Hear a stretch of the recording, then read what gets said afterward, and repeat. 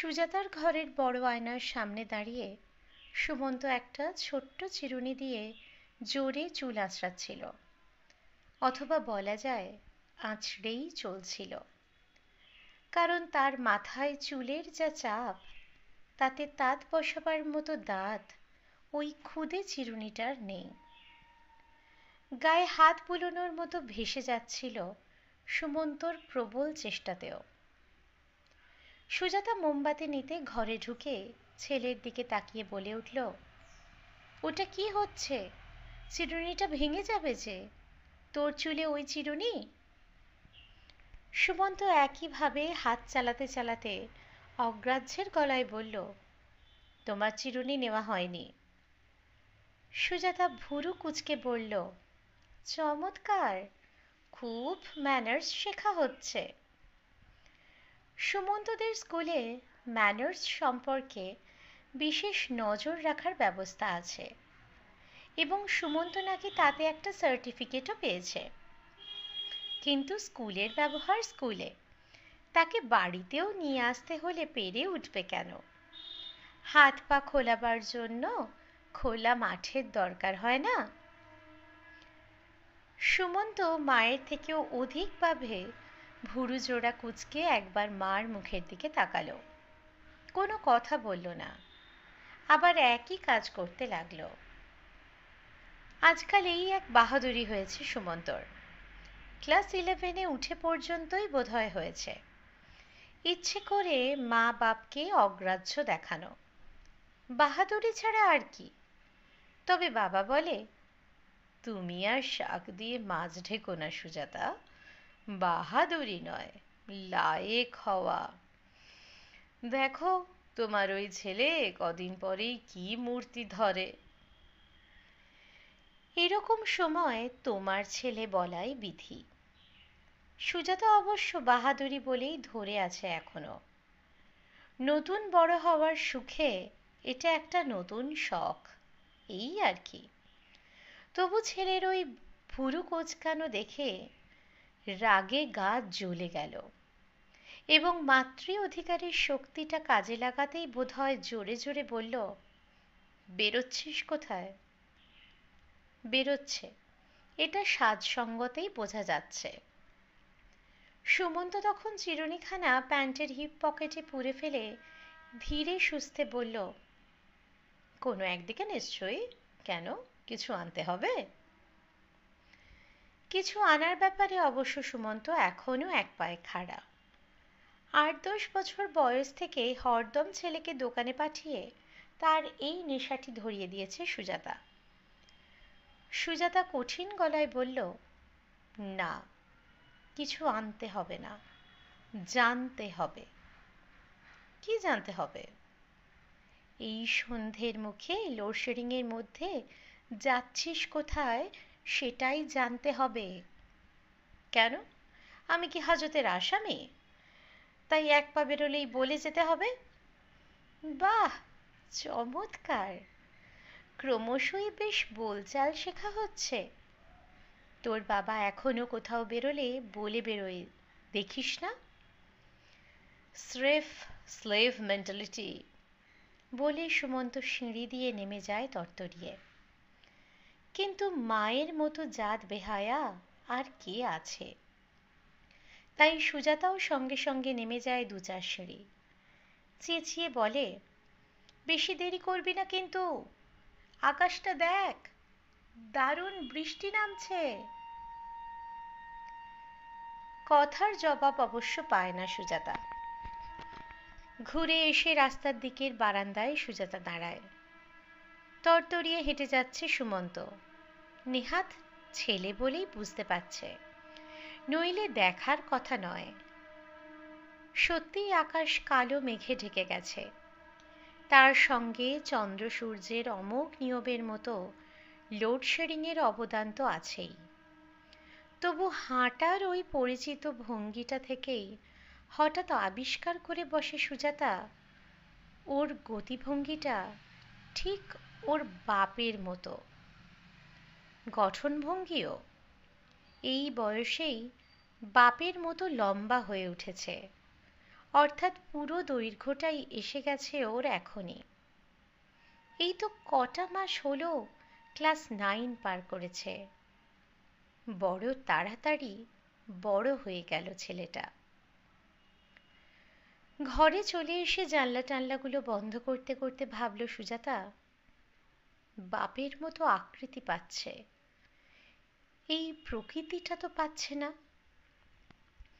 শ্রীমন্তর মধ্যে কত শান্ত সভ্য নির্বিরিধই ভাব, কাউকে উঁচু কথাটি বলতে জানে না। এই তো নতুন বাহাদুরিতে ছেলে তো শুধু মাকে কেন, বাপকেও ডোন্ট কেয়ার ভাব দেখিয়ে মজা পায়। সুজাতার ভয় হয় ফট করে না ধাড়ি ছেলের গালে একটা চড় কষিয়ে দেয় শ্রীমন্ত। কিন্তু তেমন ভয়ঙ্কর ঘটনা ঘটে না। বড়জোর স্বগত মন্তব্য করে কিছু, মন্তব্য করে সরে যায়। ভালো ভালো, শিক্ষা দীক্ষা ভালোই হচ্ছে, ইংলিশ মিডিয়াম স্কুল তো। এই ব্যঙ্গটুকু অবশ্য সুজাতার উদ্দেশ্যে। 4 বছর বয়সে ছেলেকে পাড়ার স্কুলে ভর্তি করে দিয়েছিল শ্রীমন্ত, যে স্কুলে নিজে পড়ে বড় হয়েছে। তখন তো শ্রীমন্তর মা দিব্যি ডাঁটো।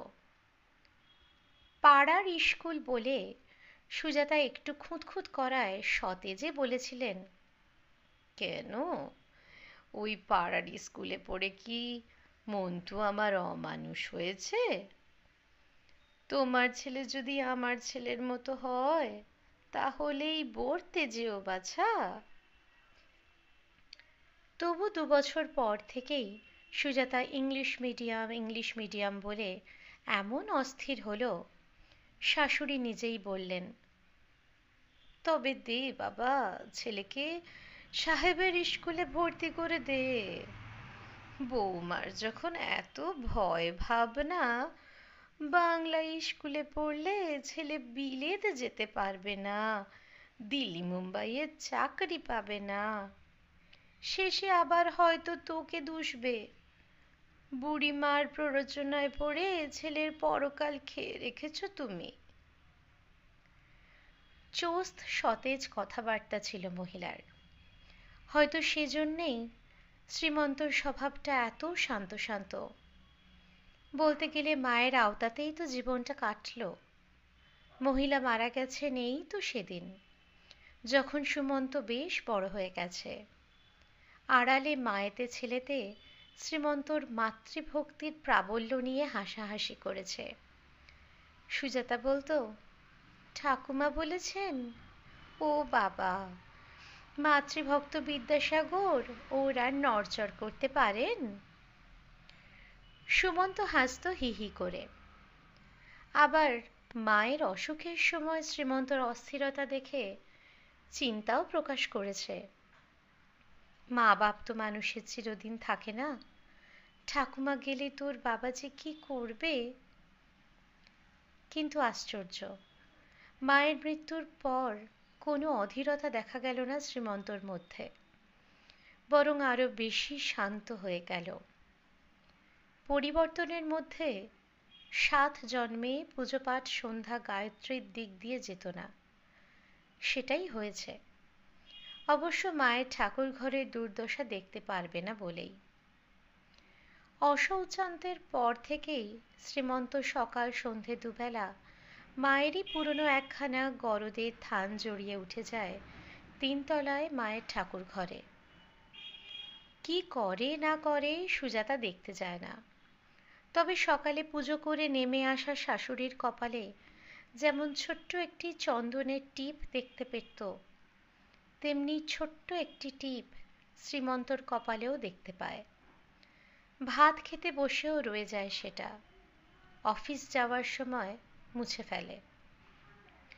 সুমন্ত এক একদিন হেসে হেসে বলে, বাবা নির্ঘাত একদিন বোস্টম হয়ে যাবে মা, দেখো তুমি। সুজাতা তো ছেলের কথায় সায় দেবেই। ছেলেকে নিজের পক্ষে রাখতে না পারলে পৃষ্ঠবল কোথায়? শ্রীমন্তকে তো কোনোদিনই ঠিক নিজ পক্ষ করে তুলতে পারেনি। মরে গিয়েও যেন ছেলের জীবনের বেশ খানিকটা নিজের দখলে রেখে দিয়েছেন সেই পরলোকগতা। অথচ কি বুদ্ধিশুদ্ধিহীন গ্রাম্য মহিলাই ছিলেন! আশ্চর্যই লাগে, শ্রীমন্তকে তো বুড়ো বয়স পর্যন্ত বকে ধুত্তুড়ি নেড়ে দিতেন। এটি তারই ভাষা। পান থেকে চুন খসলে রক্ষে রাখতেন না। শ্রীমন্তর ছোট বোন খুকুর শ্বশুরবাড়ি ভবানীপুরে। এই ঢাকুরিয়ার বাড়ি থেকে নেহাত কম দূর নয়। তবু প্রতি সপ্তাহে বোনকে দেখতে যাওয়া চাইই চাই। কোনো কারণে একটা সপ্তাহ বাদ গেলেই মহিলা অনায়াসে বলতেন, তোর যে একটা বাপ মরা ছোট বোন আছে, সেটা বোধহয় এবার ভুলতে বসেছিস মন্তা। আর আশ্চর্য, শ্রীমন্ত রেগে দু কথা শুনিয়ে দেবার বদলে পরদিনই বোনের প্রিয় খাদ্য গড়িয়াহাটার দোকানের ডালমুট, আমসত্ত্ব, সোনপাপড়ি নিয়ে ছুটত তার কাছে। মাতৃভক্তির পরাকাষ্ঠাতেই বোধহয় এখনো হপ্তায় হপ্তায় খুকুর বাড়ি যাওয়াটি অব্যাহতই আছে। আজই তো যাবার সময় বলে গেছে, খুব সম্ভব খুকুর বাড়ি হয়ে আসবো, দেরি হলে ভেবো না। সুজাতা বলে ফেলেছিল, এই তো গেলে সেদিন।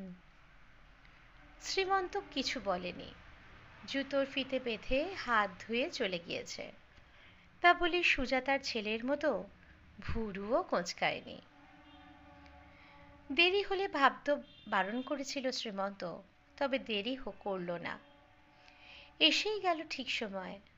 বলল, খুব বৃষ্টি আসছে মনে হলো, তাই আর নামলাম না, টানা চলে এলাম। এসেই যথারীতি মায়ের ছেঁড়া গরদ গায়ে উঠিয়ে সবে ঠাকুর ঘরে গিয়ে উঠেছে। আর তখনই নেমে এলো সেই বৃষ্টি, যে নাকি এতক্ষণ নামবো নামবো করে ভয় বাড়াচ্ছিল। কিন্তু ভয়ের কি থাকতো যদি সুমন্তও বাড়িতে থাকতো? বাড়ির লোকেরা যদি বাইরে না থাকে, বেদম বৃষ্টির মতো মজার কি আছে? কিন্তু এখন বাড়ির আসল লোকটাই তো বাইরে। এই বাজ পড়ছে, বিদ্যুৎ এবং মেঘের দাপট বাড়ছে, ততই সুজাতার প্রাণের মধ্যে হু হু করছে। আর আপন মনে ছেলের উদ্দেশ্যে বলে চলেছে, পাজি হতভাগা ছেলে, এত করে বললাম, শোনা হলো না কথা। কোথায় গিয়ে পড়েছিস, কিভাবে ভিজে ঢোল হয়ে ফিরবি ভগবান জানেন। দেখতেই লম্বা হয়েছে, আর মনে করছো মস্ত লায়েক হয়েছি। আসলে তো পটকা। সে হুঁশ আছে? এক্ষুনি কাঁচতে শুরু করবি। আপন মনে অনুপস্থিত ছেলেকে কাঠগড়ায় দাঁড় করিয়ে বকেই চলে সুজাতা। সামনাসামনি তো একটা কথা বলার সাহস নেই। বৃষ্টি কমবার নাম নেই, বরং বাজ বিদ্যুতের সমারোহ বাড়ছে। আশ্চর্য, শ্রীমন্ত দিব্যে নিশ্চিন্ত মনে টঙে চড়ে বসে আছে। একবার বুক দূর দূর করছে না, কোথায় কি ঘটছে ভেবে। সুজাতার তো মনে হচ্ছে এটা প্রলয়ের সূচনা। ভাবল ছুটে ঠাকুর ঘরে উঠে গিয়ে বলে, তুমি কি মানুষ না পাথর? যেতে হলো না। যথাসময়েই নেমে এলো শ্রীমন্ত। থান গরদ ছেড়ে সুতির ধুতি পরে চায়ের টেবিলে এসে বসল। বাবু বুঝি এখনো ফেরেননি? সুজাতা ক্রুদ্ধ উত্তেজিত গলায় বলে ওঠে, দেখো না, এত করে বললাম ভীষণ মেঘ করেছে, দেরি করিসনি, তবু এইটুকু ছেলে, এত কিসের আড্ডা? তুমিও তো কিছু বলো না। মায়ের শত কথায় কাজ হয় না, বাপ একটা ধমক দিলে কাজ হয়। ধমক? শ্রীমন্ত চায়ের কাপটায় কপালে ঠেকিয়ে নমস্কারের ভঙ্গি করে বলে, তোমার ওই হিরো ছেলেকে আমি ধমক দেব? বলে নিশ্চিন্তভাবে চায়ের কাপে চুমুক দিতে থাকে। কড়কড় করে আবার বাজের শব্দ। সুজাতা অস্থির হয়ে জানলা খুলে দেখতে যায়। শ্রীমন্ত বলে, ওটা কি হচ্ছে? ঘর যে ভেসে যাবে। খুব নিশ্চিন্তি মানুষ বাবা, ছেলেটা কোথায় কি করছে। কি আশ্চর্য, পাগল তো নয় যে এই সময় রাস্তায় থাকবে। আছে কোথাও বন্ধুর বাড়ি টাড়ি, আটকে পড়েছে। এত ভাবনা করছো কেন? এ কথায় আবার রাগ এসে যায় সুজাতার। মনে হয় খুব একটা বিপদে পড়ে ভিজে নিয়ে বাড়ি আসে সুমন্ত, তবে জব্দ হয় লোকটা। আর তা যদি না হয় তো আজ ছেলেকেই সুজাতা দেখে নেবে এক হাত। ওইটুকু ছেলেকে এত ভয়ই বা পাবো কেন আমি? মনে দুঃখ পাবে বলেই না কিছু বলি না। রাত বাড়তে বাড়তে কমে বৃষ্টি কমে, থামে মেঘের ডাক, বাজের ডাক, বিদ্যুৎ চমকানি। ঝিরিঝিরি বৃষ্টি যেন জেরটা বজায় রাখতে চেষ্টা করছে। অতঃপর বাড়ি ফেরে সুমন্ত, ফেরে একখানা রিকশা করে। কোথায় ছিলি এতক্ষণ? কোথাও না, এই ঢাকুরিয়ার মধ্যেই, সুধাময়দের বাড়ি। সুজাতা এতক্ষণ মনে মনে ভাবছিল ছেলে যদি শুকনো গায়ে মাথায় ফেরে তো দেখে নেবে তাকে। কিন্তু কি করে নেবে দেখে? কোন কথার পিঠে? ছেলে যদি বলে, তা তুমি যদি ভাবতে বসো আমি বাজ পড়ে মারা গেছি, তা কষ্ট তো পাবেই। আমি কি কচি খোকা যে তুমি একেবারে অস্থির হয়ে পড়লে? সুজাতা ভারী মুখে বলে, অস্থির কি সাধে হই? কচি খোকা নও বুঝলাম, ধাত্রীতে খোকারই মতো। এই যে জোলো হাওয়াটি লাগিয়ে এলি এতক্ষণ, রাতেই কাচতে শুরু করবি। বলছিস তো ভিজিসনি, কই দেখি মাথাটা, যা চুলের রাশ, মুছে দি ঘষে। সুজাতা ছেলের মাথায় হাত দিয়ে দেখতে আসে। এক ঝটকায় মার হাতটা ঠেলে দিয়ে বলে সুমন্ত, আহ, ভেবেছ কি তুমি? বাড়াবাড়ির একটা সীমা আছে, বুঝলে? নিজেই তোয়ালে দিয়ে ঘষে ঘষে মাথাটা মুছে নিয়ে জামা বদলে শুয়ে পড়ে গিয়ে। সুজাতা স্তব্ধ হয়ে দাঁড়িয়ে থাকে। শ্রীমন্ত ওর ঘরের দরজায় এসে একটু হেসে বলে, কি রে, মার উপর রাগ না করে না খেয়ে শুয়ে পড়লি? রাগ আবার কি?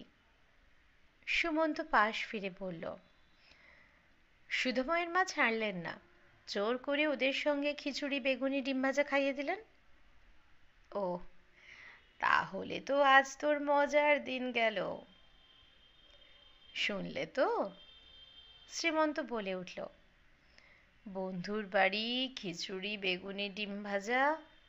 যাক, বেচারি আমরা আমাদের রুটি তরকারি নিয়ে বসে গে, যথেষ্ট রাত হয়ে গেছে।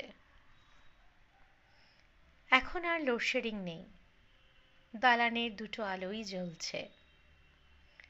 খাবার টেবিলের সামনে দেওয়ালে শ্রীমন্তর মার যে মস্ত ফটোখানা টাঙানো রয়েছে তার উপর আলো এসে পড়েছে। খেতে বসে শ্রীমন্ত যথা নিয়মে আগে সেই ছবির সামনে নীরব প্রণামের ভঙ্গিতে একটু চোখ ফেলে খাবারে হাত দেয়। আর কেন কি জানে সেই মুহূর্তে ভয়ানক একটা জ্বালায় সুজাতার ভেতরটা তোলপাড় করে দু ঝলক গরম জল এসে যায় দু চোখের কোলে। ওই অতি সাধারণ প্রায় অশিক্ষিত গ্রাম্য চেহারার মহিলাটির উপর ভয়ানক একটা ঈর্ষা অনুভব করে সুজাতা।